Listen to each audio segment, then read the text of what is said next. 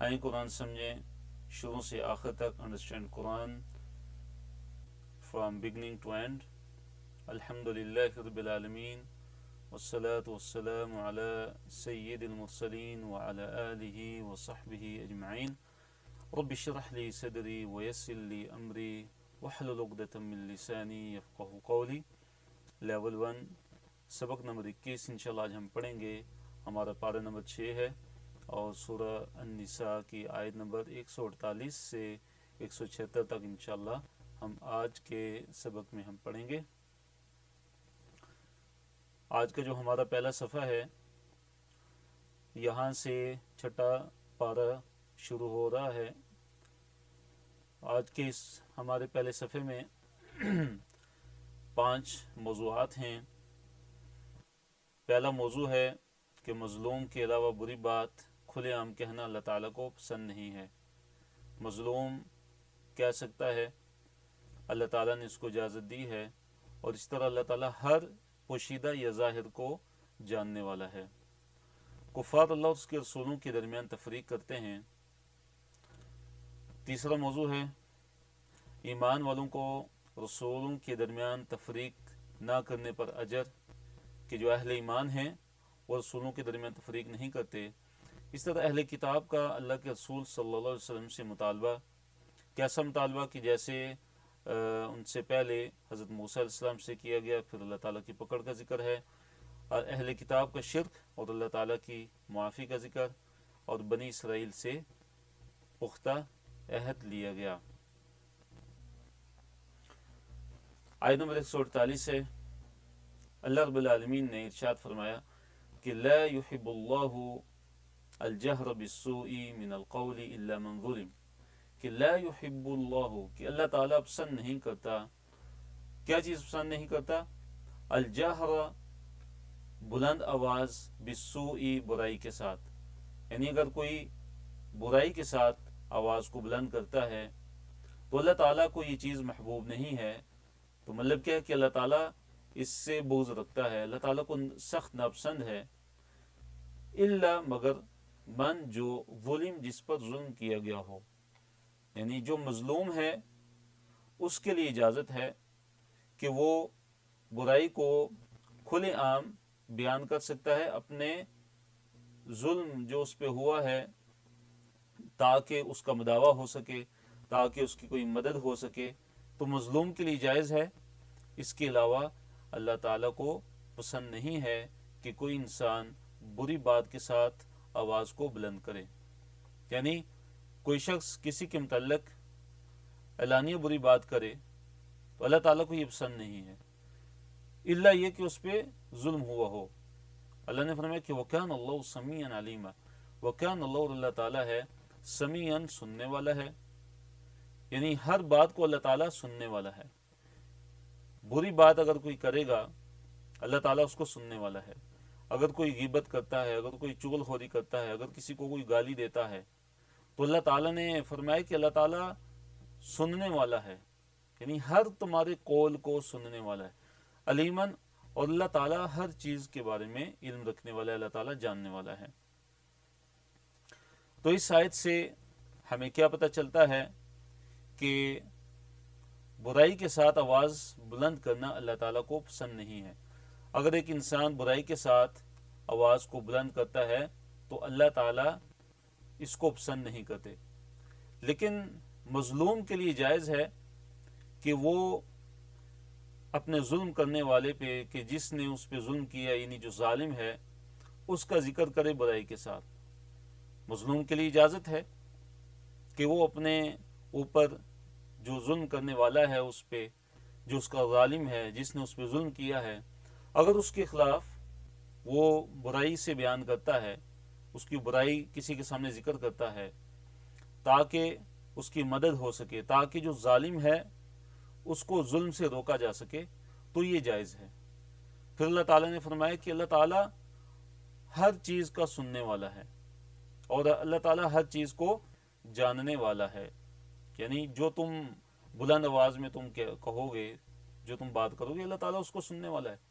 اور اسی طرح اگر تم اپنے دلوں کے اندر کوئی بات چھپاؤ گے تو اللہ تعالیٰ اس کو جاننے والا ہے. پھر اللہ تعالیٰ نے فرمایا کہ ان تبدو خیرن، کہ تم جان لو کہ اگر تم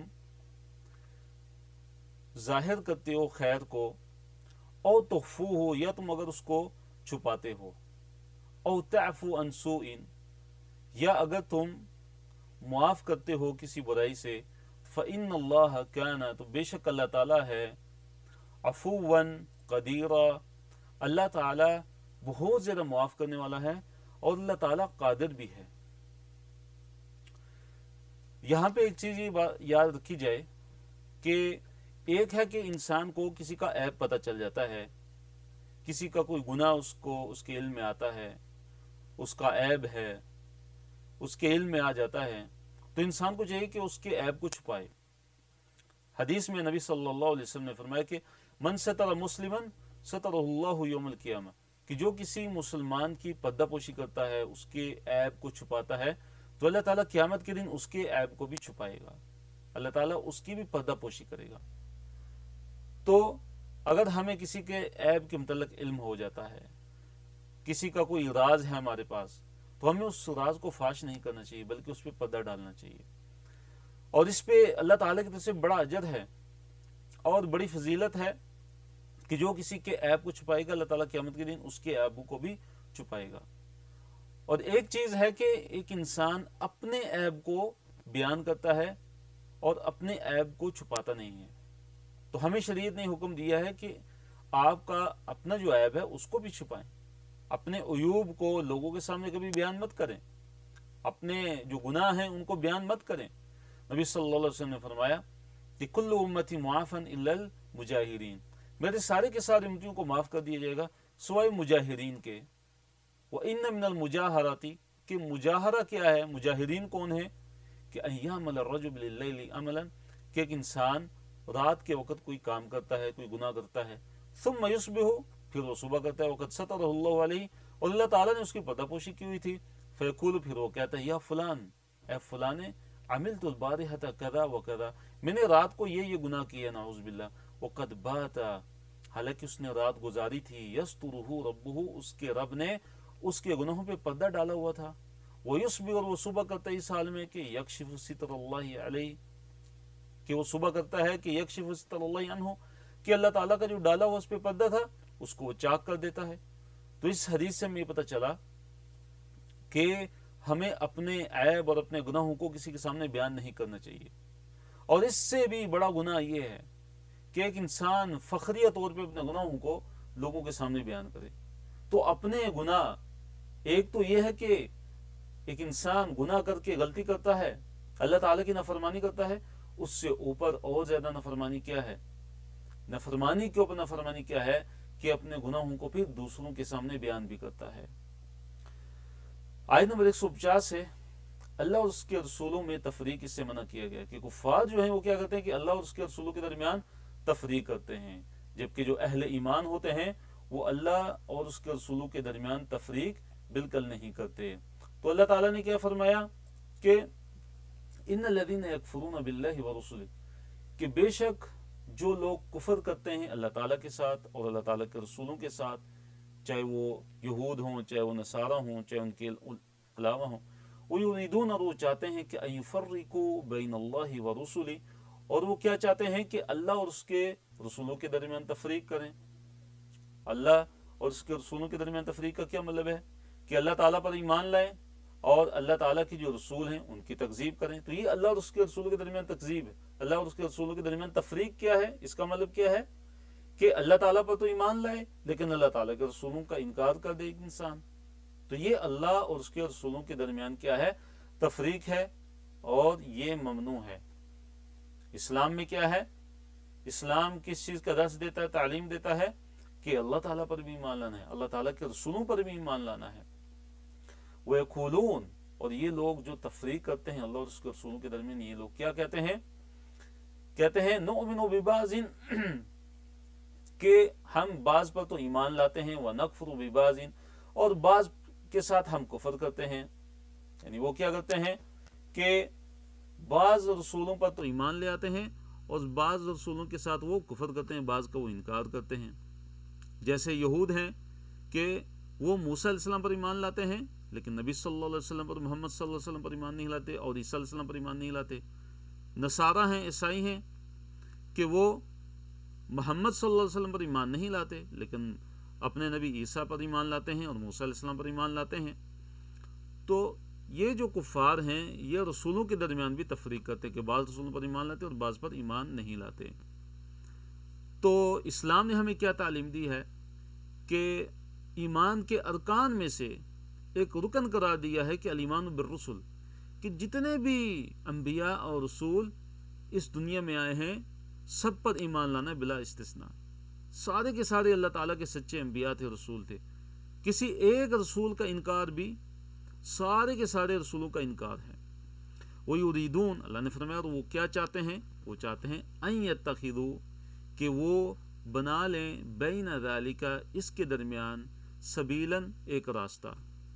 وہ کیا چاہتے ہیں کہ اس کے درمیان ایک راستہ بنا لیں، اور وہ راستہ کیا ہے کہ بعض پر ایمان اور بعض کے ساتھ وہ کفر کرتے ہیں، بعض پر ایمان لاتے ہیں، بعض رسولوں پر ایمان لاتے ہیں اور بعض رسولوں کا وہ انکار کرتے ہیں۔ تو یہ مراد ہے کہ وَيُرِيدُونَ أَن يَتَّخِذُوا بَيْنَ ذَلِكَ سَبِيلًا۔ تو اللہ تعالیٰ نے ان کے بارے میں کیا فرمایا؟ اللہ نے فرمایا کہ اولئک، یہی وہ لوگ ہیں، ہم الکافرون، وہی ہیں کافر، حقاً حق، یعنی در حقیقت یہی لوگ اصل کافر ہیں کہ جو بعض رسولوں پر ایمان لاتے ہیں اور بعض پر ایمان نہیں لاتے۔ پھر اللہ تعالیٰ نے ان کے لیے شدید وعید فرمائی اور فرمایا کہ وَأَعْتَدْنَا، اور ہم نے تیار کیا ہے، للکافرین، کافروں کے لیے، عذاباً، عذاب تیار کیا ہے۔ اللہ تعالیٰ نے فرمایا کہ ہم نے ان کافروں کے لیے کیا کیا ہے؟ عذاب تیار کیا ہے۔ کیسا عذاب؟ مہیناً، جو بڑا ہی رسوا کن عذاب ہوگا۔ آیت نمبر 152 میں اللہ تعالیٰ نے اہل ایمان کی تعریف کی ہے کہ اہل ایمان وہ کون ہیں کہ جو اللہ تعالیٰ پر بھی ایمان لاتے ہیں، اللہ تعالیٰ کے رسولوں پر بھی ایمان لاتے ہیں اور اللہ کے رسولوں کے درمیان وہ تفریق نہیں کرتے، اللہ اور اس کے رسولوں کے درمیان بھی تفریق نہیں کرتے اور رسول جو ہیں ان کے درمیان بھی تفریق نہیں کرتے۔ اللہ تعالیٰ پر بھی ایمان لاتے ہیں، اللہ تعالیٰ کے رسولوں پر بھی ایمان لاتے ہیں، سب پر وہ ایمان لاتے ہیں۔ اللہ نے فرمایا والذین آمنوا، اور جو لوگ ایمان لے آئے، باللہ، اللہ تعالیٰ پر، ورسلی، اور اللہ تعالیٰ کے رسولوں پر، ولم یفرقوا، اور نہ انہوں نے تفریق کی، بین احد، کسی ایک کے درمیان بھی، منہم، ان میں سے، یعنی اللہ تعالیٰ کے رسولوں میں سے، اولئک، یہ لوگ، سوف، ان قریب، یؤتیہم، دے گا ان کو، اجورہم، ان کے اجور، ان کے اجر۔ کون دے گا ان کو ان کے اجر؟ اللہ تعالیٰ ان کے اجر ان قریب ان کو دے دے گا۔ وَكَانَ اللَّهُ غَفُورًا رَحِيمًا، تو اللہ نے فرمایا کہ اللہ تعالیٰ بڑا ہی غفور ہے، بڑا ہی بخشنے والا ہے اور بڑا ہی رحم کرنے والا ہے۔ تو اللہ نے فرمایا کہ اور وہ لوگ جو ایمان لے آئے اللہ تعالیٰ پر اور اللہ تعالیٰ کے رسولوں پر، وَلَمْ يُفَرِّقُوا بَيْنَ أَحَدٍ مِّنْهُمْ، اور نہ انہوں نے تفریق کی کسی ایک کے درمیان بھی، ان میں سے، یعنی رسولوں میں سے، تو ان کا اجر کیا ہے کہ اللہ تعالیٰ ان قریب ان کے اجور، اجر کی جمع ہے، اللہ تعالیٰ ان قریب ان کے اجر ان کو دے دے گا اور اللہ تعالیٰ بڑا غفور و رحیم ہے۔ آیت نمبر 153 میں اہل کتاب کے ایک مطالبے کا ذکر کیا گیا کہ اہل کتاب نے نبی صلی اللہ علیہ وسلم سے کیا مطالبہ کیا کہ آپ ہمارے لیے آسمان سے ایک کتاب نازل کریں، اور ان کا مقصد کیا تھا کہ جیسے حضرت موسیٰ علیہ السلام کو تختیوں کی صورت میں کتاب ملی تھی کہ وہ لے کے آئے تھے اللہ تعالیٰ کی طرف سے، تو اہل کتاب نے نبی صلی اللہ علیہ وسلم سے یہ سوال کیا کہ آپ بھی جیسے حضرت موسیٰ علیہ السلام کو تختیوں کی صورت میں ایک ہی، یعنی جو کتاب جو تھی یک بارگی جو ان پر نازل ہوئی تھی، اللہ تعالیٰ نے ان کو عطا فرمائی تھی، تختیوں کی صورت میں وہ لکھی ہوئی تھی، تو اہل کتاب نے نبی صلی اللہ علیہ وسلم سے بھی مطالبہ کیا کہ آپ بھی اس طرح کی کتاب ہمارے لیے لے آئیں۔ تو اللہ تعالیٰ نے اس آیت کے اندر ان کو جواب دیا، اور وہ جواب کیا تھا کہ نبی صلی اللہ علیہ وسلم کو اصل میں تسلی دی گئی کہ اے نبی صلی اللہ علیہ وسلم، یہ جو یہود آپ صلی اللہ علیہ وسلم سے یہ مطالبہ کر رہے ہیں، ان کے جو اسلاف تھے، ان کے جو بزرگ تھے، ان کے جو آباء و اجداد تھے، انہوں نے تو موسیٰ علیہ السلام سے اس سے بھی بڑی چیز کا مطالبہ کیا تھا، اور وہ مطالبہ کیا تھا؟ وہ مطالبہ یہ تھا کہ ہمیں اللہ تعالیٰ کو کھلم کھلا دکھاؤ، ہم واضح طور پہ اللہ تعالیٰ کو دیکھنا چاہتے ہیں۔ تو پھر کیا ہوا تھا، ایک بجلی کی کڑک نے ان کو پکڑ لیا تھا، صاعقہ نے ان کو، گرنے والی بجلی نے ان کو پکڑ لیا اور وہ سارے کے سارے مر گئے۔ پھر اللہ تعالیٰ نے ان کو، ان پہ رحم کرتے ہوئے، ان پہ کرم کرتے ہوئے اللہ تعالیٰ نے ان کو دوبارہ زندہ کر دیا۔ تو اللہ نے فرمایا یسألک، سوال کرتے ہیں آپ سے، یعنی اے نبی صلی اللہ علیہ وسلم آپ سے یہ سوال کرتے ہیں اہل الکتابی، اہل کتاب، ان یہ کہ تنزل آپ نازل کریں، علیہم ان پر، کتاباً ایک کتاب، من السمائی آسمان سے، یعنی اے نبی صلی اللہ علیہ وسلم یہ اہل کتاب آپ سے سوال کرتے ہیں کہ آپ ان پہ آسمان سے کوئی کتاب نازل کریں۔ فقد، پس تحقیق، سألو انہوں نے سوال کیا تھا، انہوں نے مطالبہ کیا تھا، موسیٰ علیہ السلام سے، کیا مطالبہ کیا تھا، اکبر، اس سے بھی بڑا، من ذالک، اس سے بھی بڑا انہوں نے موسیٰ علیہ السلام سے مطالبہ کر دیا تھا۔ وہ کیا مطالبہ تھا، فقالو، پس کہا انہوں نے، ارینا، دکھا دے ہمیں، یعنی اے موسیٰ ہمیں دکھاؤ، اللہ تعالیٰ کو، جہرتاً، کھلم کھلا، واضح طور پہ اعلانیہ ہمیں اللہ تعالیٰ کو دکھاؤ۔ پس اخذت، پکڑ لیا، ہم ان کو، پس ان کو پکڑ لیا، ان کو آ لیا، کس چیز نے، الصاعقۃ، گرتی ہوئی بجلی نے، وہ بجلی جو گرتی ہے اس کو صاعقہ کہتے ہیں۔ تو دیکھیے جو بجلی چمکتی ہے اس کو کیا کہتے ہیں، اس کو برق کہتے ہیں، برق، جو چمکنے والی بجلی ہے اس کو برق کہتے ہیں، اور جو گرنے والی بجلی ہوتی ہے اس کو صاعقہ کہتے ہیں۔ تو اللہ نے فرمایا کہ پس ان کو صاعقہ نے پکڑ لیا، بجلی نے ان کو پکڑ لیا، بظلمہم، ان کے ظلم کی وجہ سے، جو انہوں نے ظلم کیا اس کی سزا کے طور پہ بجلی نے ان کو آ لیا، صاعقہ نے ان کو آ لیا، ثم، پھر، یعنی اللہ تعالیٰ نے ان کو پھر زندہ بھی کر دیا، اللہ تعالیٰ نے ان کو موت کے بعد زندگی دی، دوبارہ وہ زندہ ہو گئے۔ پھر انہوں نے بچھڑے کی بھی پوجا کرنا شروع کر دی، کتنا بڑا ظلم پہ ظلم کیا۔ فرمایا اللہ تعالیٰ نے کہ ثم، پھر اتخذو، انہوں نے بنا لیا، العجل، عجل کو، یعنی بچھڑے کو، کیا بنا لیا تھا، معبود بنا لیا تھا، من بعدی، بعد اس کے کہ ما، جو جاءتہم، آئی ان کے پاس، البینات، واضح نشانیاں ان کے پاس آ چکی تھی، اس کے بعد بھی انہوں نے بچھڑے کو معبود بنا لیا تھا۔ پھر اللہ تعالیٰ نے معافی کا ذکر کیا کہ اللہ تعالیٰ نے ان کو پھر بھی معاف فرما دیا، کہ فعفونا عن ذلک، پھر ہم نے معاف کر دیا، عن ذلک، اس سے، یعنی ان کے اس بڑے جرم کو بھی اللہ تعالیٰ نے پھر معاف فرما دیا۔ وآتینا موسیٰ، اللہ نے فرمایا کہ ہم نے موسیٰ کو عطا فرمائی، سلطاناً، کیا عطا فرمایا اللہ تعالیٰ نے موسیٰ علیہ السلام کو، سلطاناً مبینہ، واضح سلطان سے مراد کیا کہ واضح غلبہ اور اقتدار اللہ تعالیٰ نے موسیٰ علیہ السلام کو عطا فرمائی، یا صریح دلیل اللہ تعالیٰ نے موسیٰ علیہ السلام کو عطا فرمائی۔ وَرَفَعْنَا فَوْقَهُمُ الطُّورَ، دیکھیے بنی اسرائیل سے عہد لینے کے لیے اللہ تعالیٰ نے ان کے سروں کے اوپر کوہ طور کو لا کھڑا کیا، اللہ تعالیٰ نے ان کے سروں کے اوپر کوہ طور کو لا کھڑا کیا تاکہ وہ اقرار کریں، وہ جو عہد اللہ تعالیٰ نے ان سے لینا تھا تاکہ وہ اس کا اقرار کر لیں، تاکہ وہ ایمان لے آئیں۔ تو اللہ نے فرمایا کہ وَرَفَعْنَا، اور ہم نے بلند کیا، فوقہم، ان پہ، یعنی ان کے سروں پہ، سروں کے اوپر، الطور، طور کو، یعنی کوہ طور کو، بِمِیثَاقِہِم، ان کا جو عہد تھا، جو ان کا عہد و پیمان تھا اس کے ساتھ، یعنی ان سے عہد و پیمان لینے کے لیے، ان سے اقرار لینے کے لیے اللہ تعالیٰ نے کوہ طور کو ان کے سروں کے اوپر لا کھڑا کیا تھا۔ تو کوہ طور کو اللہ تعالیٰ نے ان کے سروں کے اوپر لا کر معلق کر دیا تھا، اور ان کو دمکایا گیا تھا کہ اگر تم ایمان نہیں لاؤ گے تو یہ پہاڑ تمہارے اوپر گرا دیا جائے گا۔ تو وہ اس سبب سے وہ کیا انہوں نے کیا تھا، وہ اقرار کر لیا تھا میثاق کا، عہد و پیمان کا، شریعت پر عمل کرنے کا۔ وَقُلْنَا لَهُمْ، اور ہم نے کہا تھا ان کو، ادخلوا، تم داخل ہو جاؤ، الباب، دروازے سے، سجداً، سجدہ کرتے ہوئے، یعنی انہیں کہا گیا تھا کہ بیت المقدس کا جو دروازہ ہے، جب وہاں سے تم داخل ہوگے تو تم نے جھک کر جانا ہے، تم نے سجدہ کرتے ہوئے جانا ہے، لیکن اللہ تعالیٰ کی اس حکم کی بھی انہوں نے نافرمانی کی، اور اس بات کا ذکر سورہ بقرہ میں گزر چکا ہے۔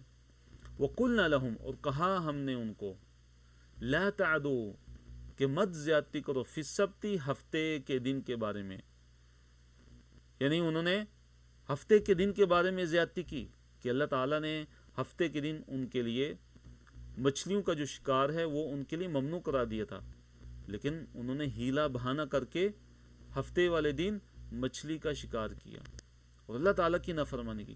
وَأَخَذْنَا مِنْهُمْ، اللہ نے فرمایا اور ہم نے لیا ان سے، میثاقاً، ہم نے ان سے میثاق لیا، غلیظاً، پختہ، یعنی ہم نے ان سے پختہ عہد لیا تھا، لیکن انہوں نے پھر کیا کیا؟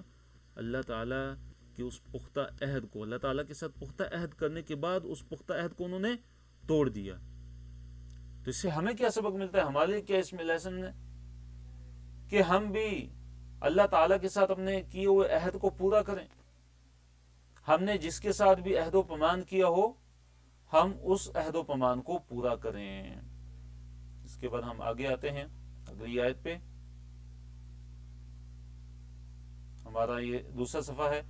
اس کے جو اہم موضوعات ہیں وہ 4 ہیں، 4 اشارے ہیں، پھر آگے اس کے موضوعات ہیں۔ پہلا اشارہ ہے، دیکھیے رائٹ سائڈ پہ، کہ عہد توڑا، قتل کی انبیاء کو، بنی اسرائیل کی 7 برائیاں جن کی وجہ سے وہ ملعون ٹھہرے، ان پر لعنت کی گئی، اور دعویٰ کیا قتل عیسیٰ کا۔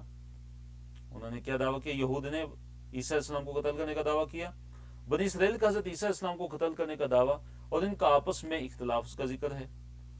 اور درست یہ کہ اللہ تعالیٰ نے حضرت عیسیٰ علیہ السلام کو آسمانوں پر اٹھا لیا تھا، اور یہود کے 4 اعمال کا ذکر ہے کہ جن کے سبب ان پر دنیا میں حلال جو کھانے تھے ان پر حرام کر دیے گئے تھے، اور آخرت میں ان کے لیے کیا ہے؟ عذاب ہے۔ اور پھر ذکر ہے کہ یہود میں سے جو علم و ایمان والے ہیں، اللہ تعالیٰ نے ان کی صفات کا ذکر کیا، اور اللہ تعالیٰ کی طرف سے ان کے لیے اجر کا پھر وعدہ۔ تو آیت نمبر 155 اور 156 اور اس طرح 157 میں یہودیوں کی 7 صفات کا ذکر ہے۔ ان کی کتنی صفات کا ذکر ہے؟ 7 صفات کا ذکر ہے کہ جس کے سبب اللہ تعالیٰ نے ان پر لعنت کی۔ تو اللہ تعالیٰ نے فرمایا کہ فَبِمَا نَقْضِهِمْ مِيثَاقَهُمْ، فَبِمَا، پس، فا کا مطلب ہے پس، بیما، یہاں پہ جو با ہے وہ سببیہ، یعنی سبب کے معنی میں ہے، کہ اس سبب سے، کس سبب سے، کیا وجہ تھی کہ نقضہم، انہوں نے توڑا تھا، یعنی ان کا توڑنا، میثاقہم، اپنے عہد کو، یعنی انہوں نے عہد و پیمان کو توڑا تھا، اپنے عہد کو توڑ دیا تھا انہوں نے۔ تو اس وجہ سے کیا، اس وجہ سے کیا ہوا؟ پھر اللہ تعالیٰ نے ان پر لعنت کی، اللہ تعالیٰ نے ان پر لعنت کی، جیسے کہ دوسری آیت میں کہ فَبِمَا نَقْضِهِمْ مِيثَاقَهُمْ لَعَنَّاهُمْ، کہ پھر ان کے اپنے عہد کو توڑ دینے کی وجہ سے ہی ہم نے ان پر لعنت کی تھی۔ وَكُفْرِهِمْ بِآيَاتِ اللَّهِ، نمبر 2 دیکھیے کہ وَكُفْرِهِمْ، اور ان کا کفر کرنا، بِآيَاتِ اللَّهِ، اللہ تعالیٰ کی آیتوں کے ساتھ، یعنی انہوں نے اللہ تعالیٰ کی آیتوں کے ساتھ جو کفر کیا، اس کے سبب ان پر لعنت ہوئی۔ وَقَتْلِهِمُ الْأَنْبِيَاءَ، وَقَتْلِهِمْ، اور ان کا قتل کرنا، کس کو؟ الانبیاء، انبیاء کو، بغیر حق، بغیر حق کے، یعنی انہوں نے اللہ تعالیٰ کے انبیاء کو قتل بھی کیا بغیر حق کے، بغیر وجہ کے۔ وَقَوْلِهِمْ، اور کہنا ان کا، قلوبنا، جو ہمارے دل ہیں، غلفن، وہ غلاف میں ہیں کہ ہم آپ کی بات کو سمجھ نہیں سکتے۔ نبی صلی اللہ علیہ وسلم کو کیا کہتے تھے کہ آپ کی باتیں ہمارے دل تک نہیں پہنچتی، ہم آپ کی بات کو نہیں سمجھ سکتے، ہمارے دل جو ہیں وہ غلافوں کے اندر لپٹے ہوئے ہیں، پردے پڑے ہوئے ہیں دل کے اوپر۔ اللہ نے فرمایا نہیں، ایسی بات نہیں ہے، بل طبع اللہ علیہا، بلکہ اللہ تعالیٰ نے ان پر مہر لگا دی ہے۔ کس وجہ سے؟ بکفرہم، ان کے کفر کرنے کی وجہ سے، ان کے کفر کرنے کی وجہ سے اللہ تعالیٰ نے ان کے دلوں پر مہر لگا دی تھی۔ فلا یؤمنون، پس وہ نہیں مان لاتے، الا قلیلا، مگر تھوڑا، وہ تھوڑا ایمان لاتے ہیں۔ اور اس کے 2 مطلب ہیں، ایک مطلب یہ ہے کہ ان میں سے جو یہود ہیں، یہودیوں میں سے بہت تھوڑے لوگ ایمان لاتے ہیں، اور کہتے ہیں کہ وہ 10 بھی ایمان نہیں لائے تھے یہودیوں میں سے۔ اور دوسرا مطلب یہ ہے کہ بہت تھوڑا سا ایمان لاتے ہیں، یعنی کہ صرف اللہ تعالیٰ پر ایمان لے آئے اور موسیٰ علیہ السلام پر ایمان لے آئے، اور باقی سب کا انکار کر دیا۔ جی، اس کے بعد جو ہے پانچواں جو ان کا جرم ہے، جو ان کا گناہ ہے کہ جس کے سبب ان پر لعنت ہوئی، فرمایا وہ بکفرہم، اور ان کے کفر کرنے کی وجہ سے، جو انہوں نے اللہ تعالیٰ کے ساتھ کفر کیا، اللہ تعالیٰ کے انبیاء کے ساتھ کفر کیا، اللہ تعالیٰ کی آیات کے ساتھ کفر کیا، وقولہم، اور یہ چھٹا ان کا جرم، وقولہم، اور ان کا کہنا، علی مریم، مریم علیہ السلام پر، بہتانن، بہتان، عظیماً عظیم، یعنی ان کا مریم علیہ السلام پہ عظیم بہتان باندھنا، کہ انہوں نے حضرت مریم علیہ السلام پہ نعوذ باللہ بدکاری کی نسبت ان کی طرف کی، یعنی ان پر عظیم بہتان باندھا، بہتان عظیم ان پر باندھا انہوں نے۔ اور نمبر 7، یہ اگلی آیت میں ہے، آیت نمبر 157 میں ہے، وَقَوْلِهِمْ إِنَّا قَتَلْنَا الْمَسِيحَ، اور ان کا یہ کہنا، اِنَّا، بے شک ہم نے، قتلنا، ہم نے قتل کر دیا، المسیح، مسیح کو، عیسیٰ ابن مریم، عیسیٰ بن مریم، مسیح یعنی عیسیٰ بن مریم علیہ السلام کو، رسول اللہ، جو اللہ تعالیٰ کے رسول ہیں۔ تو وہ کہتے تھے کہ ہم نے عیسیٰ بن مریم، مسیح عیسیٰ بن مریم کو ہم نے قتل بھی کیا ہے، وما قتلوہ، اور نہیں قتل کیا انہوں نے، ہو انہیں یعنی عیسیٰ علیہ السلام کو، وما صلبوہ، اور نہ ہی انہوں نے ان کو سولی پر چڑھایا، یعنی عیسیٰ علیہ السلام کو، یعنی ان یہودیوں نے نہ ہی ان کو قتل کیا اور نہ ہی ان کو سولی پر چڑھایا، ولیکن، اللہ نے فرمایا لیکن، شبہ، شبیہ بنا دیا گیا کسی اور کو، لہم، ان کے لیے، یعنی عیسیٰ علیہ السلام کے ہم شکل کو، عیسیٰ علیہ السلام کے، ان کے لیے عیسیٰ علیہ السلام کا کوئی ہم شکل بنا دیا گیا، ان کی جیسی شکل کا ایک شخص جو ہے وہ اس کو پکڑ کے لے گئے اور وہ سمجھتے رہے کہ یہ عیسیٰ علیہ السلام ہے، اور پھر اس کو سولی پر انہوں نے چڑھا دیا۔ اللہ نے فرمایا کہ ولیکن شبہ لہم، لیکن ان کے لیے کسی کو عیسیٰ علیہ السلام کا شبیہ بنا دیا گیا۔ تو یہ 7 ان کے جرم ہیں کہ جس کے سبب اللہ تعالیٰ نے ان پر لعنت کی۔ ایک انہوں نے، نمبر 1، وَبِنَقْضِهِمْ مِيثَاقَهُمْ، انہوں نے میثاق کو توڑا، اللہ تعالیٰ کے ساتھ کیے ہوئے عہد و پیمان کو توڑا۔ نمبر 2، وَكُفْرٍ بِآيَاتِ اللَّهِ، اللہ تعالیٰ کی آیتوں کے ساتھ وہ کفر کیا انہوں نے۔ نمبر 3، وَقَتْلِهِمُ الْأَنْبِيَاءَ بِغَيْرِ حق، کہ بغیر حق کے انہوں نے اللہ تعالیٰ کے انبیاء کو قتل کیا۔ اور نمبر 4، وَقَوْلِهِمْ، اور ان کا یہ کہنا کہ قلوبنا غلف، کہ ہمارے دل پردوں کے اندر ہیں۔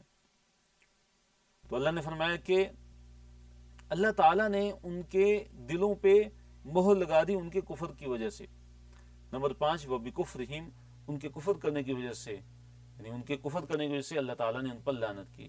نمبر 6، انہوں نے عیسیٰ بن مریم، عیسیٰ علیہ السلام کی جو والدہ تھی مریم علیہ السلام، ان پہ بہتان عظیم باندھا، ان پر بہت بڑا بہتان لگایا تھا، اس کی وجہ سے اللہ تعالیٰ نے ان پہ لعنت کی۔ وَقَوْلِهِمْ إِنَّا قَتَلْنَا الْمَسِيحَ عِيسَىٰ ابْنَ مریم، اور پھر وہ یہ بھی کہتے تھے کہ ہم نے عیسیٰ بن مریم کو قتل کر دیا ہے، رسول اللہ، جو اللہ تعالیٰ کا رسول ہے۔ اور اس سے مراد کیا ہے کہ ساتھ وہ یہ بھی کہتے تھے کہ وہ اللہ تعالیٰ کا رسول ہے۔ تو یہ یا تو بطور مزاح کہتے تھے، بطور طنز کے کہتے تھے۔ مفسرین نے ذکر کیا ہے کہ وہ ساتھ جو کہتے تھے کہ ہم نے عیسیٰ علیہ السلام کو قتل کر دیا ہے جو اللہ تعالیٰ کا رسول ہے، تو وہ ساتھ جو ذکر کرتے تھے کہ یہ اللہ تعالیٰ کا رسول ہے، اس کو ہم نے قتل کیا ہے، تو اس کی کیا وجہ ہے؟ تو مفسرین نے کچھ وجوہات ذکر کی ہیں، ان میں سے ایک یہ ہے کہ وہ بطور طنز کے، بطور استہزاء کے وہ ذکر کرتے تھے کہ ہم یہ جو اللہ تعالیٰ کا رسول بنا پھرتا ہے، ہم نے اس کو قتل کر دیا۔ اور ایک قول اس میں یہ ہے مفسرین کا، اس سے مراد یہ ہے کہ یہ اللہ تعالیٰ کا ہی قول ہے کہ اللہ تعالیٰ نے فرمایا کہ انہوں نے عیسیٰ کو قتل کر دیا، یعنی ان کے اپنے زعم میں انہوں نے عیسیٰ علیہ السلام کو قتل کیا، حالانکہ وہ اللہ تعالیٰ کے رسول ہیں، اللہ تعالیٰ نے ان کو رسول بنایا ہے۔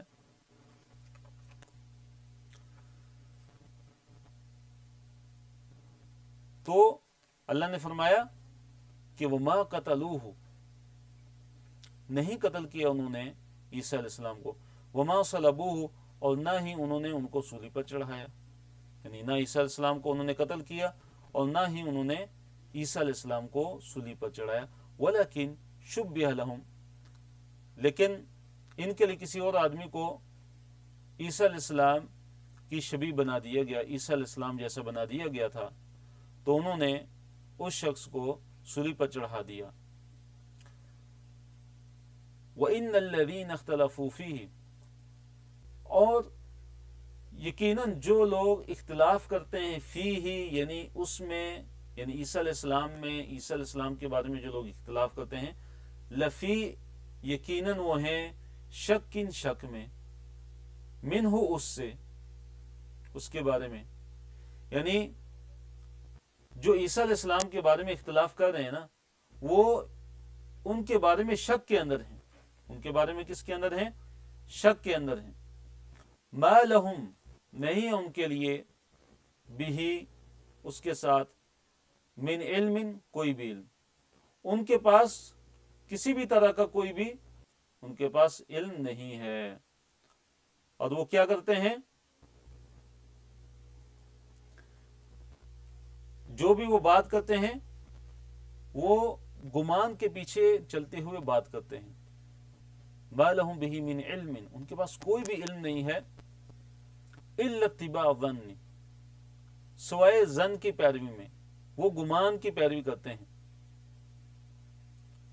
تو اللہ تعالیٰ نے فرمایا کہ یہودیوں میں سے جو بھی، آیت کا مفہوم یہ ہے کہ یہودیوں میں سے جو بھی عیسیٰ علیہ السلام کے قتل ہونے کا جو دعویٰ کرتا ہے، اور اسی طرح عیسائیوں میں سے، نصارہ میں سے جو اس ٹائم تھے، جنہوں نے انہیں حوالے کیا، اللہ نے فرمایا کہ وہ سارے کے سارے کیا ہیں؟ شک میں مبتلا ہیں، عیسیٰ علیہ السلام کے بارے میں شک میں مبتلا ہیں، وہ حیرت میں مبتلا ہیں، ان کو خود کوئی یقینی علم نہیں ہے، جیسے اللہ کا فرمان آگے آ رہا ہے، فرمایا کہ ان کے پاس گمان کی پیروی کرنے کے علاوہ اور کوئی بھی چیز نہیں ہے، ان کے پاس کوئی علم نہیں ہے۔ پھر فرمایا کہ وہ ما قتلوہ یقینا، انہوں نے یقین کی حالت میں ان کو قتل نہیں کیا، ان کو یقین نہیں تھا، جب انہوں نے قتل کیا تو وہ شک کے اندر مبتلا تھے کہ یہ جس کو قتل کر رہے ہیں یہ کون ہے، کیا یہ واقعی عیسیٰ علیہ السلام ہے یا کوئی اور ہے؟ تو وہ خود اس چیز کے اندر کیا تھے؟ وہ شک کے اندر مبتلا تھے اور انہیں خود یقین نہیں تھا۔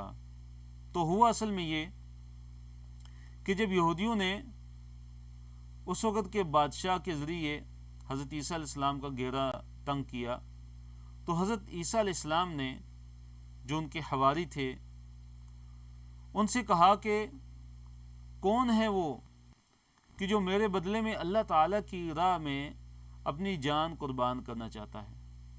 کون ہے جو میرے بدلے میں اللہ تعالیٰ کی راہ میں، اللہ کے راستے میں اپنی جان کو قربان کر دے گا؟ تو ایک نوجوان نے کہا کہ میں انشاءاللہ اللہ تعالیٰ کی راہ میں اپنی جان کو قربان کروں گا۔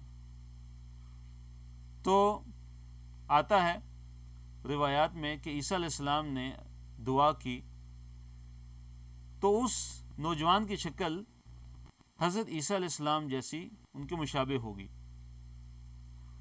اور وہ یہودی آئے اور انہوں نے اس نوجوان کو پکڑا اور اس کو لے گئے اور اس کو سولی پر چڑھا دیا، جبکہ اللہ تعالیٰ نے عیسیٰ علیہ السلام کو آسمان پر اٹھا لیا۔ اللہ تعالیٰ نے عیسیٰ علیہ السلام کو آسمان پر اٹھا لیا، زندہ یعنی اٹھا لیا، اور کس طرح اٹھا لیا؟ روح کے ساتھ اور بدن کے ساتھ اللہ تعالیٰ نے عیسیٰ علیہ السلام کو آسمان پر اٹھا لیا۔ تو دیکھیے جو یہود تھے اور اسی طرح جو نصارہ ہیں، وہ بھی، ان کو بھی یقین نہیں ہے، وہ بھی شک کے اندر مبتلا ہیں۔ بعض کہتے تھے کہ عیسیٰ جو ہیں وہ قتل نہیں ہوئے، جبکہ ان میں سے بعض کہتے تھے کہ نہیں وہ کوئی اور ہے، بعض کہتے تھے عیسیٰ علیہ السلام ہی قتل ہوئے، بعض کہتے تھے نہیں وہ عیسیٰ نہیں ہے، کوئی اور ہی قتل ہوا ہے۔ تو یہ اختلاف جو تھا یہ یہود میں بھی تھا، اور اسی طرح نصارہ کے فرقوں میں بھی یہ اختلاف موجود ہے۔ ان کو یقینی طور پہ ان کو معلوم نہیں ہے، ان کو یقین نہیں ہے اس بات پہ کہ عیسیٰ علیہ السلام کو قتل کیا گیا۔ تو اللہ نے فرمایا کہ بر رفع اللہ علیہ، بلکہ اللہ تعالیٰ نے رفعہ بلند کیا ان کو، اٹھا لیا ان کو، یعنی عیسیٰ علیہ السلام کو، الیہ اپنی طرف، اللہ تعالیٰ نے ان کو اپنی طرف اٹھا لیا۔ وہ کان اللہ، اللہ تعالیٰ ہے عزیز، بڑا زبردست ہے، حکیم، بڑا حکمت والا ہے۔ اس معاملے میں اللہ تعالیٰ کی بڑی حکمتیں ہیں جو اللہ تعالیٰ ہی جانتا ہے۔ وَإِن مِّنْ أَهْلِ الْكِتَابِ إِلَّا لَيُؤْمِنَنَّ بِهِ قَبْلَ مَوْتِهِ، اللہ نے فرمایا کہ وہ ان، اور نہیں ہے، من اہل الکتاب، اہل کتاب میں سے کوئی بھی، اہل کتاب میں سے کوئی بھی نہیں ہے، الا مگر، لیؤمنن، یقیناً ضرور، ضرور بھی ضرور وہ ایمان لے آئے گا، قبل موت ہی، اس کی موت سے پہلے۔ یعنی کوئی بھی اہل کتاب میں سے ایسا نہیں ہے کہ جو اس کی موت سے پہلے وہ ایمان نہ لے آئے۔ تو موت ہی سے مراد کیا ہے؟ کس کی موت سے پہلے؟ ایک اس کا مطلب یہ ہے کہ جو بھی بنی اسرائیلی ہے، بنی اسرائیل میں سے ہے، یعنی یہود و نصارہ میں سے ہے، وہ اپنی موت سے پہلے ایمان لے آئے گا۔ جب موت اس کے سامنے آئے گی تو پھر اس پر حقیقت اشکارا ہو جائے گی۔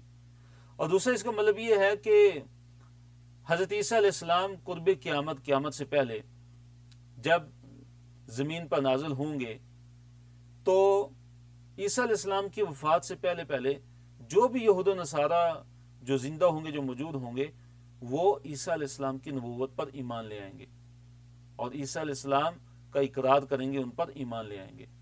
تو یہ جو دوسرا معنی ہے مفسرین نے ذکر کیا کہ یہ زیادہ قریب ہے اور زیادہ بہتر ہے۔ وہ یوم القیامتی، اور قیامت کے دن، یکون ہوں، وہ ہوں گے، یعنی عیسیٰ علیہ السلام کیا ہوں گے؟ علیہم، ان پر، یعنی لوگوں پر وہ ہوں گے، شہیدن، گواہ۔ قیامت کے دن عیسیٰ علیہ السلام لوگوں پر گواہی دیں گے۔ آیت نمبر 160 اور 161 میں یہودیوں کے 4 اعمال کا ذکر ہے کہ جن کے سبب دنیا میں حلال کھانے ان پر کیا حرام کر دیے گئے تھے۔ تو اللہ نے فرمایا کہ فَبِظُلْمٍ مِّنَ الَّذِينَ هَادُوا، فَبِظُلْمٍ، پس ظلم کی وجہ سے، من الذین، ان لوگوں کی طرف سے جو ہادو، یہودی ہو گئے، حرمنا، ہم نے حرام کر دی، علیہم، ان پر، طیبات، پاک چیزیں، پاکیزہ چیزیں ہم نے ان پر حرام کر دی تھی ان کے ظلم کی وجہ سے، یعنی یہودیوں کے ظلم کی وجہ سے اللہ تعالیٰ نے ان پر پاک چیزیں، پاکیزہ چیزیں ان پر حرام کر دی تھی، احلت لہم، جو ان کے لیے حلال تھی، جو ان کے لیے پہلے حلال تھی، پھر ان کے اپنے گناہوں کی وجہ سے، اپنے ظلم کی وجہ سے ان پر کیا کر دی گئی تھی؟ حرام کر دی گئی تھی۔ وَبِصَدِّهِمْ عَنْ سَبِيلِ اللَّهِ كَثِيرًا، وَبِصَدِّهِمْ، اور ان کے روکنے کی وجہ سے، عن سبیل اللہ، اللہ تعالیٰ کے راستے سے، کثیراً، بہت زیادہ، یعنی وہ اللہ تعالیٰ کے راستے سے بہت زیادہ روکتے تھے، تو اس کی سزا میں اللہ تعالیٰ نے ان پر حلال چیزیں، بعض حلال چیزیں ان پر بالکل حرام کر دی تھی۔ وَأَخْذِهِمْ، اور لینے کی وجہ سے، ان کے لینے کی وجہ سے، یعنی وہ لیتے تھے، کیا لیتے تھے؟ الربا، سود، وہ سود کے ساتھ لین دین کرتے تھے، سود کا تعامل کرتے تھے، سود لیتے تھے اور دیتے تھے، تو اس وجہ سے بھی۔ اور اللہ نے فرمایا کہ وقد، اور یقیناً، نہو، ان کو روکا گیا تھا، عنہ، اس سے، یعنی سود سے، حالانکہ ان کو تو روکا گیا تھا کہ سود نہ لیں، ان کو سود لینے سے ان کو تو روکا گیا تھا جی۔ وَأَكْلِهِمْ أَمْوَالَ النَّاسِ بِالْبَاطِلِ، وَأَكْلِهِمْ، اور کھانا ان کا، یعنی ان کے کھانے کے سبب، اموال الناس، لوگوں کے مالوں کو، بالباطل، باطل طریقے سے، یعنی وہ باطل طریقے سے لوگوں کا مال کھاتے تھے۔ تو 4 جو ہیں اعمال، ان کے برے اعمال اس آیت کے اندر ذکر ہوئے کہ جس کے سبب یہودیوں پر وہ کھانے اور وہ پاکیزہ چیزیں حرام کر دی گئی تھیں جو ان کے لیے پہلے کیا تھیں؟ حلال تھیں۔ پہلا جو جرم ہے ان کا، پہلا جو عمل ہے وہ کیا ہے؟ کہ ان کا ظلم، اور دوسرا اللہ تعالیٰ کے راستے سے کثرت سے روکنا، اور تیسرا سود لینا، سود کا تعامل، سود کا لین دین، اور چوتھا عمل کیا تھا ان کا؟ کہ وہ لوگوں کے مال باطل طریقے سے کھاتے تھے، لوگوں کے مالوں کو باطل طریقے سے وہ ہڑپ کر جاتے تھے۔ وَأَعْتَدْنَا اور ہم نے بنایا لِلْكَافِرِينَ کافروں کے لیے منہم ان میں سے کیا ہم نے تیار کیا کیا بنایا عذاباً عذاب علیماً دردناک. تو اللہ نے فرمایا کہ جو کافر ہیں ان کے لیے اللہ تعالیٰ نے دردناک عذاب تیار کیا ہے. آیت نمبر 162 میں یہود میں سے جو ایمان لے آئے تھے جو علم کے اندر پختہ تھے جن کو علم کے اندر رسوخ تھا پختگی تھی اللہ تعالیٰ نے ان کی تعریف بیان کی. فرمایا کہ لَكِنِ الرَّاسِخُونَ فِي الْعِلْمِ مِنْهُمْ لیکن جو راسخ ہیں جو مضبوط ہیں جو پختہ ہیں فی العلم علم میں منہم ان میں سے والمؤمنون اور جو ایمان لانے والے ہیں وہ کیا ہیں کہ یؤمنون وہ ایمان لاتے ہیں بما انزل الیک جو آپ کی طرف نازل کیا گیا وما انزل من قبلک اور جو آپ صلی اللہ علیہ وسلم سے پہلے نازل کیا گیا والمقیمین الصلاۃ اور خصوصی طور پہ جو خاص طور پہ جو نماز کو قائم کرنے والے ہیں والمؤتون الزکاۃ اور جو زکوٰۃ کو دینے والے ہیں والمؤمنون باللہ اور جو ایمان لانے والے ہیں اللہ تعالیٰ پر والیوم الآخر اور آخرت کے دن پر اولئک یہ لوگ سنؤتیہم ہم انقریب دیں گے ان کو اجراً اجر عظیماً بڑا عظیم اجر ان کو انقریب ہم دیں گے. لیکن وہ جو پختہ ہیں علم میں ان میں سے یعنی یہودیوں میں سے جو ایمان لے آئے والمؤمنون جو ایمان لے آئے یؤمنون وہ ایمان لاتے ہیں کس چیز پر اے نبی صلی اللہ علیہ وسلم جو آپ کی طرف نازل ہوئی یعنی قرآن پر بھی ایمان لاتے ہیں ما انزل من قبلک اور جو آپ سے پہلے جو نازل کیا گیا یعنی تورات پر بھی ایمان لاتے ہیں انجیل پر بھی ایمان لاتے ہیں اور جو نماز کو قائم کرتے ہیں اور جو زکوٰۃ کو ادا کرتے ہیں اور جو اللہ پر بھی ایمان لاتے ہیں اور جو قیامت کے دن پر بھی ایمان لاتے ہیں. پھر اللہ تعالیٰ نے ان کو خوشخبری سنائی کہ اللہ تعالیٰ ان قریب ان کو اجر عظیم سے نوازے گا. صفحہ نمبر 104 ہے ہمارا اور اس صفحے میں انشاءاللہ ہم آیت نمبر 155 تا 162 انشاءاللہ پڑھیں گے. اور اس صفحے کو بھی 4 حصوں میں تقسیم کیا گیا ہے 4 موضوعات میں اس کو تقسیم کیا گیا ہے. پہلا جو موضوع ہے اس میں 13 انبیاء کا ذکر ہے کہ جن کی طرف وحی کو بھیجا گیا جن کی طرف وحی بھیجی گئی اور اس طرح بعض رسولوں کے قصے بیان کیے گئے. یہ ذکر کیا گیا کہ اللہ تعالیٰ نے قرآن میں بعض انبیاء کے بعض رسولوں کے قصوں کو بیان کیا اور بعض کے واقعات کو اللہ تعالیٰ نے بیان نہیں کیا. پھر اللہ تعالیٰ کی صفت کلام کا ذکر ہے اور پھر ذکر کیا کہ رسولوں کا جو کام ہے وہ کیا ہے کہ رسول خوشخبری دیتے ہیں اور رسول ڈراتے ہیں. یعنی جو نیک اعمال کرتے ہیں ان کو جنت کی خوشخبری دیتے ہیں اور جو برے اعمال کرتے ہیں رسول ان کو جہنم کے عذاب سے ڈراتے ہیں. اور کفر کرنے اور اللہ تعالیٰ کی راہ سے روکنے والوں کے لیے بخشش اور ہدایت بالکل نہیں ہے. اور پھر آخر میں تمام لوگوں کو ایمان کی طرف دعوت دی گئی ہے. آیت نمبر 163 ہے. اللہ رب العالمین نے فرمایا کہ اِنَّا أَوْحَيْنَا إِلَيْكَ کہ یقیناً ہم نے آپ کی طرف وحی کی ہے کما جیسے اوحینا ہم نے وحی کی الی نوح نوح علیہ السلام کی طرف والنبیین اور انبیاء کی طرف من بعدہ ان کے بعد. اللہ نے فرمایا کہ اے نبی صلی اللہ علیہ وسلم ہم نے آپ کی طرف بھی وحی کی ہے جیسے ہم نے نوح علیہ السلام کی طرف وحی کی تھی اور نوح علیہ السلام کے بعد جو آنے والے جو انبیاء ہیں جیسے ہم نے ان کی طرف وحی نازل کی تھی. وہ اوحینا اور ہم نے وحی کی الی ابراہیم ابراہیم علیہ السلام کی طرف وہ اسماعیل اور اسماعیل علیہ السلام کی طرف وہ اسحاق اور اسحاق علیہ السلام کی طرف وہ یعقوب اور یعقوب علیہ السلام کی طرف والاسباط اور اس کی اولاد کی طرف یعنی یعقوب علیہ السلام کی اولاد کی طرف. ان میں سے جو انبیاء تھے جو بنی اسرائیل کے 12 جو قبائل تھے ان کے اندر جو انبیاء جو تھے ان کو اسباط کہتے ہیں. اسباط سبت ان کی جمع ہے. وہ عیسیٰ اور عیسیٰ علیہ السلام کی طرف وحی کی وہ ایوب اور ایوب علیہ السلام کی طرف وہ یونس اور یونس علیہ السلام کی طرف وہ ہارون اور ہارون علیہ السلام کی طرف وہ سلیمان اور سلیمان علیہ السلام کی طرف. تو یہاں اس آیت کے اندر دیکھیں 13 انبیاء کا اللہ تعالیٰ نے ذکر کیا کہ اللہ تعالیٰ نے ان کو نبوت سے نوازا اللہ تعالیٰ نے ان کو رسالت سے نوازا اور اللہ تعالیٰ نے ان پر وحی کو نازل کیا. وہ آتینا اور ہم نے دی داود علیہ السلام کو زبور اور ہم نے داود علیہ السلام کو زبور عطا کی.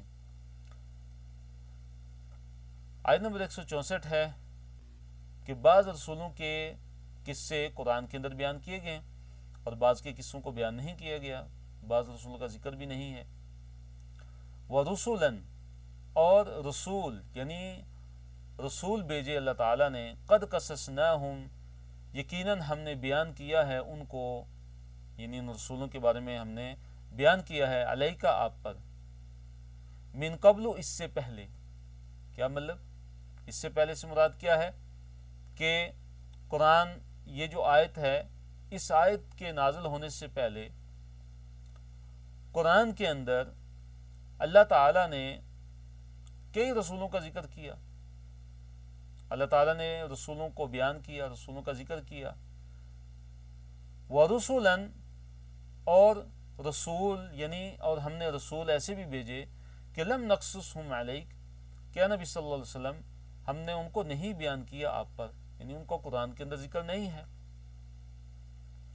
تو دیکھیے اللہ تعالیٰ نے قرآن کے اندر کئی رسولوں کا ذکر کیا اور زیادہ جو رسول ہیں ان کا ذکر نہیں ہوا ہے، لیکن ہم سارے کے سارے انبیاء اور سارے کے سارے رسولوں پر ہمارا ایمان ہے۔ اور یہاں سے ہمیں ایک انتہائی اہم نقطہ جو سمجھ آتا ہے وہ یہ بھی ہے کہ کتنے اللہ تعالیٰ کے انبیاء اور رسول گزرے ہیں کہ جنہیں ہم نہیں جانتے، جن کا قرآن میں ذکر نہیں ہے، جن کا حدیث کے اندر ذکر نہیں ہے۔ تو ہمیں یہ بات یاد رکھنی چاہیے کہ اصل جو چیز ہے ہمارے اندر وہ کیا ہونا چاہیے، وہ اخلاص ہونا چاہیے، کہ ہمارا سارا کا سارا عمل وہ اللہ تعالیٰ کے لیے ہونا چاہیے، اللہ تعالیٰ کے لیے خالص ہونا چاہیے، نہ کہ ہم اپنے عمل سے، اپنے کام سے، ہم ان نیک اعمال سے ناموری اور شہرت کا جذبہ رکھیں، یہ شہرت کی نیت ہو۔ حالانکہ ایسے انبیاء بھی ہیں کہ جن کا ذکر بھی نہیں ہے، جن کا تاریخ کے اندر ذکر نہیں ہے۔ تو اصل جو مقصد ہے، جو چیز ہے، وہ یہ ہے کہ جس کے لیے آپ نیک اعمال کرتے ہیں وہ اللہ رب العالمین کی ذات ہے، وہ اللہ تعالیٰ دلوں کے رازوں تک کو جانتا ہے، ہوا علیم بذات الصدور ہے، سینوں کے اندر چھپی ہوئی باتوں کو اللہ تعالیٰ جانتا ہے۔ اس لیے لوگوں کے اندر ناموری کا نہ ہونا، لوگوں کے اندر شہرت کا نہ ہونا، یہ کوئی ایسا مسئلہ نہیں ہے۔ اصل جو چیز ہے وہ کیا ہے کہ ہم اپنی نیت کو خالص کر لیں، ہماری نیت خالص ہونی چاہیے، کہ کئی ایسے رسول ہیں کہ جن کو کوئی جانتا نہیں ہے۔ وَكَلَّمَ اللَّهُ مُوسَىٰ تَكْلِيمًا، وَكَلَّمَ اللَّهُ، اللہ نے فرمایا، آیت نمبر 164 ہے، وَكَلَّمَ اللَّهُ، اور اللہ تعالیٰ نے کلام کیا موسیٰ علیہ السلام سے، تکلیماً کلام کرنا ہے، اللہ تعالیٰ نے موسیٰ علیہ السلام سے کلام کیا۔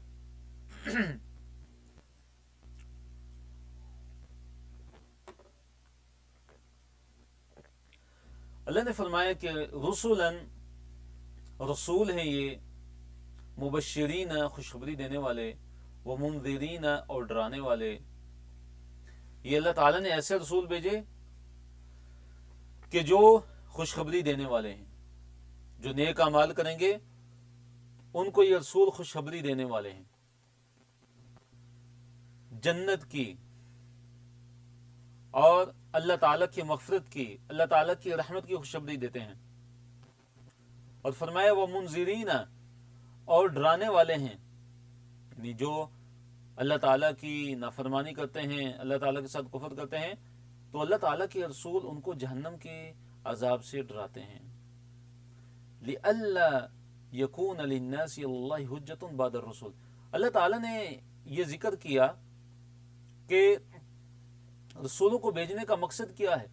اللہ تعالیٰ نے خوشخبریاں دے کر بھیجنے والے، اللہ تعالیٰ نے رسولوں کو خوشخبریاں دے کر بھیجا، اور اللہ تعالیٰ کی جو رسول ہیں یہ منذرین بھی ہیں، یہ ڈرانے والے بھی ہیں عذاب سے۔ تو ان کو بھیجنے کا مقصد کیا ہے، کہ کیوں اللہ تعالیٰ نے رسول بھیجے؟ فرمایا کہ لِأَلَّا يَكُونَ، تاکہ نہ ہو لِلنَّاسِ، لوگوں کے لیے، عَلَى اللَّهِ، اللہ تعالیٰ کے خلاف، حجتن، کوئی دلیل، کوئی حجت لوگوں کے لیے اللہ تعالیٰ پر باقی نہ رہے، بعد الرسول، رسولوں کے بعد۔ یعنی اللہ تعالیٰ نے اس لیے رسول بھیجے تاکہ تمام لوگوں پر اتمام حجت ہو جائے، اور وہ قیامت کے دن اللہ تعالیٰ کے سامنے کوئی بہانہ یا کوئی عذر نہ پیش کر سکیں کہ دنیا میں ہمارے پاس کوئی ڈرانے والا نہیں آیا تھا۔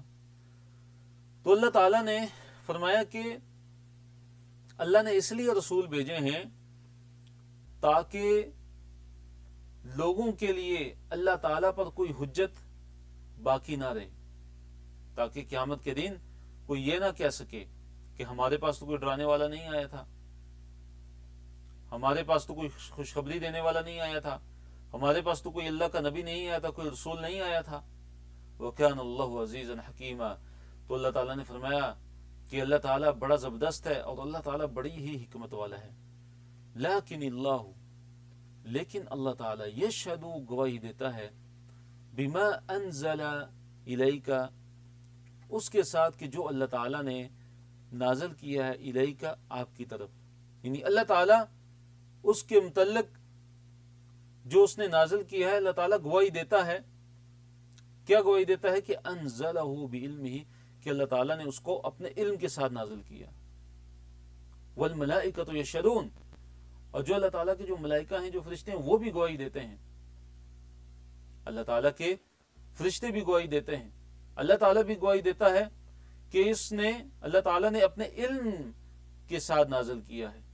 اللہ تعالیٰ نے اس قرآن کو، اللہ تعالیٰ نے جو نازل کیا نبی صلی اللہ علیہ وسلم آپ پہ، اللہ تعالیٰ نے اپنے علم کے ساتھ نازل کیا اسے، اور اللہ تعالیٰ کے فرشتے بھی گواہی دیتے ہیں۔ وَكَفَى بِاللَّهِ شَهِيدًا، اور گواہی دینے کے لیے تو اللہ تعالیٰ ہی کافی ہے۔ ان الذین کفروا، بے شک جن لوگوں نے کفر کیا، وصدوا، اور روکا انہوں نے، عن سبیل اللہ، اللہ تعالیٰ کے راستے سے، قد، یقیناً، ضلوا، وہ گمراہ ہو چکے ہیں، ضلالا، گمراہ ہونا، بعیداً، دور کا، یعنی وہ دور کی گمراہی میں پڑ چکے ہیں۔ یقیناً جن لوگوں نے کفر کیا اور جنہوں نے اللہ تعالیٰ کے راستے سے روکا، وہ دور کی گمراہی میں کیا ہو گئے؟ وہ پڑ گئے ہیں، وہ دور کی گمراہی میں مبتلا ہو گئے ہیں۔ ان الذین کفروا، بے شک جن لوگوں نے کفر کیا، وظلموا، اور جنہوں نے ظلم کیا، وظلموا، اور ظلم کیا انہوں نے، لم یکن اللہ، نہیں اللہ تعالیٰ، لیغفر لہم، کہ بخش دے انہیں، ولا لیہدیہم، اور نہیں اللہ تعالیٰ کہ ان کو ہدایت دے، طریقاً، راستے کی۔ کہ جن لوگوں نے کفر کیا اور ظلم کیا، اللہ تعالیٰ ان کو بخشنے والا نہیں ہے، اور نہ ہی اللہ تعالیٰ ان کو ہدایت دینے والا ہے، نہ ہی اللہ تعالیٰ ان کو بخشے گا اور نہ ہی اللہ تعالیٰ ان کو ہدایت دے گا، نہ ہی اللہ تعالیٰ ان کو سیدھے راستے کی طرف ہدایت دے گا۔ مگر کس چیز کی طرف اللہ تعالیٰ ان کو ہدایت دے گا؟ الا، مگر طریق جہنم، جہنم کے راستے کی طرف، کہ خالدین فیہا ابدا، کہ اس جہنم کے اندر وہ رہیں گے ہمیشہ ہمیش کے لیے۔ وکان، اور ہے، ذالک، یہ، اللہ، اللہ تعالیٰ پر یسیرا، بڑا آسان، یعنی ان کو جہنم میں ہمیشہ کے لیے داخل کر دینا، ان کو جہنم میں ہمیشہ کے لیے پھینک دینا، یہ اللہ تعالیٰ کے لیے مشکل کام نہیں ہے، اللہ تعالیٰ کے لیے بڑا ہی آسان ہے۔ تو اس آیت کا مطلب یہ ہے کہ جو لوگ اللہ تعالیٰ کے ساتھ کفر کرتے ہیں اور ظلم کرتے ہیں، اللہ تعالیٰ پھر ان کو معاف نہیں کرے گا۔ اور اس سے مراد کیا ہے کہ اگر ان کی موت کفر پر آ جاتی ہے، اگر ان کی موت کفر پر آ جاتی ہے، نفاق پر آ جاتی ہے، شرک پر اگر ان کی موت آ جاتی ہے، تو اللہ تعالیٰ ان کو کبھی بھی معاف نہیں فرمائے گا۔ اور دوسرا یہ ہے کہ اللہ تعالیٰ ان کو ہدایت بھی نہیں دے گا، اور اس کی وجہ یہ ہے کہ وہ ہدایت کے طلبگار ہی نہیں ہیں، وہ اللہ تعالیٰ کی نافرمانی میں، اللہ تعالیٰ کے ساتھ کفر کرنے میں وہ اتنا آگے جا چکے ہیں کہ اب ان کے لیے واپس پلٹنے کا راستہ نہیں ہے، اب وہ واپس نہیں پلٹتے۔ تو اللہ تعالیٰ ان کو سزا کے طور پہ اللہ تعالیٰ ان کو پھر ہدایت کے راستے ان کے لیے بند کر دیتا ہے، اور ان کے لیے جہنم کا راستہ پھر واضح کر دیتا ہے، ان کے لیے جہنم کا راستہ آسان ہو جاتا ہے، کہ جس میں وہ ہمیشہ ہمیش کے لیے رہیں گے۔ اللہ نے فرمایا کہ اللہ تعالیٰ کے لیے مشکل نہیں، بڑا آسان ہے۔ آیت نمبر 170 میں تمام لوگوں کو ایمان کی دعوت دی گئی ہے۔ آیت نمبر 170 میں تمام لوگوں کو ایمان کی دعوت دی گئی ہے۔ تو پچھلی آیات کے اندر یہود کا ذکر ہوا، اور اسی طرح نصارہ کا ذکر ہوا۔ تو اب اللہ تعالیٰ نے سب کے سب انسانوں کو، سارے کے سارے لوگوں کو ہدایت کی طرف دعوت دی ہے کہ ہدایت پر آ جاؤ۔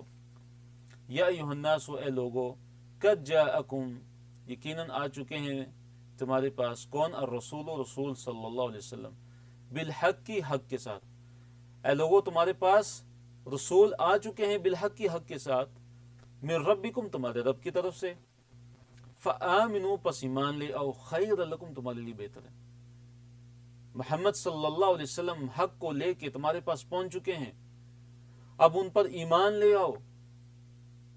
اب ایمان کے علاوہ کوئی چارہ کار نہیں ہے، اب محمد صلی اللہ علیہ وسلم پر ایمان لانا ہوگا۔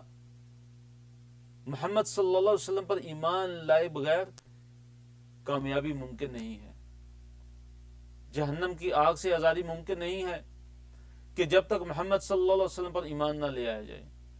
وَإِن تَكْفُرُوا، تم یاد رکھو کہ اگر تم کفر کرو گے، فَإِنَّ لِلَّهِ، پس اللہ ہی کے لیے ہے، مَا فِي السَّمَاوَاتِ، جو کچھ آسمانوں میں، وَالْأَرْضِ، جو کچھ زمینوں میں، جو کچھ آسمانوں میں ہے اور جو کچھ زمینوں میں ہے وہ اللہ تعالیٰ ہی کے لیے۔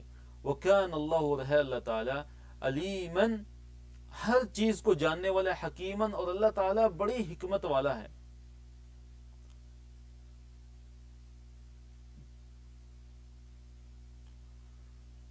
ہمارا اگلا صفحہ ہے، اس پر بھی 4 موضوعات ہیں، 4 اس کے ٹاپکس ہیں۔ ہم پہلے ٹاپک کی طرف آتے ہیں۔